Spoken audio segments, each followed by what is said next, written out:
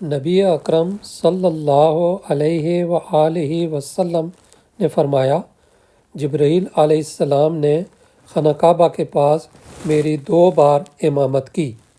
پہلی بار انہوں نے ظہر اس وقت پڑھی جب سورج ڈھل گیا اور سایہ جوتے کے تسمہ کے برابر ہو گیا۔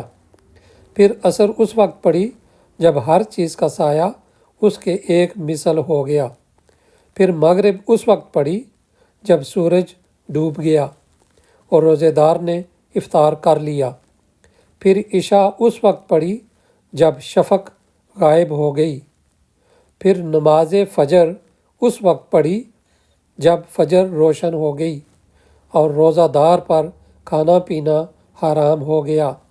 دوسری بار ظہر کل کی عصر کے وقت پڑھی جب ہر چیز کا سایہ اس کے مثل ہو گیا۔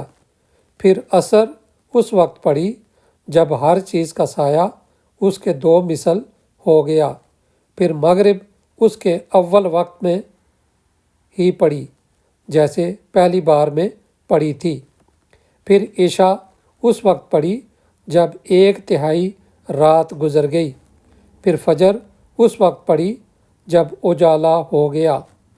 پھر جبرائیل نے میری طرف متوجہ ہو کر کہا، اے محمد، یہی آپ سے پہلے کے انبیاء کے اوقات نماز تھے۔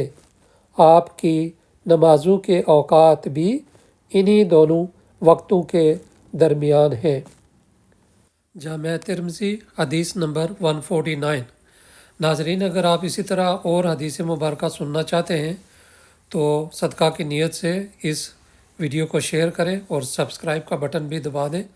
اجازت دیجیے، اللہ حافظ، السلام علیکم۔